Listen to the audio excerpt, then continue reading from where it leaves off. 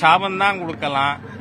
26 ஏப்ரல்ல வர்ற தேர்தலில் திராவிட முன்னேற்ற கழகம் வேரோடும் வேரடி மண்ணோடும் அழிக்கப்பட வேண்டும்னு ஒரு ஹிந்துவும் முடிவெடுக்கணும். நீ நெத்தியில வைக்கிற பொட்டு உண்மைனா அதுல நம்பிக்கை இருக்குன்னா, நீ மனைவி கழுத்துல கட்டியிருக்கிற தாலியின் மீது நீ நம்பிக்கை வச்சிருக்கேன்னா திமுகவுக்கு ஓட்டு போடாத அப்படின்னு தான் நான் கேட்க முடியும். வேற என்ன பண்ண முடியும்? நாமெல்லாம் நிராயுத பாணிகள் ஹிந்துக்கள். போலீஸ் கையில குச்சி இருக்கு, ராஜா கையில இருக்கா?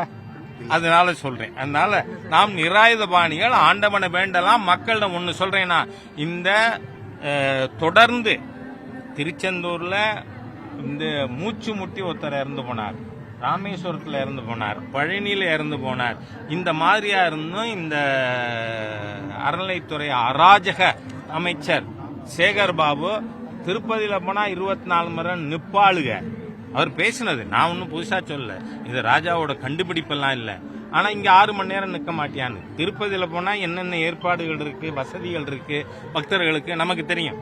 அந்த மாதிரி வசதி எங்கேயாவது இந்த இப்ப ஒரு நாளைக்கு 100 ரூபானா எத்தனை ஆயிரம் பேர் டெய்லி வராங்க, என்ன கணக்கு, இந்த பணத்துக்கு என்ன கொள்ளைக்கு என்ன இது இருக்கு, அக்கௌண்டபிலிட்டி. அதனால நாம என்ன பண்ண முடியும்? மக்களிடம் வேண்டலாம். ஏன்னா மக்கள் தீர்ப்பு மகேசன் தீர்ப்பு, மகேசனுக்கு சமமானவர்கள். அதனால இந்த ஹிந்து விரோத திமுக கும்பலை முழுமையாக தோற்கடியுங்கள் என்று நான் கேட்டுக்கிறேன். மேலிடம்ங்கிறது எதுங்க? நான் என்ன சொல்றேன், அந்த மேலிடம்ங்கிறது என்ன?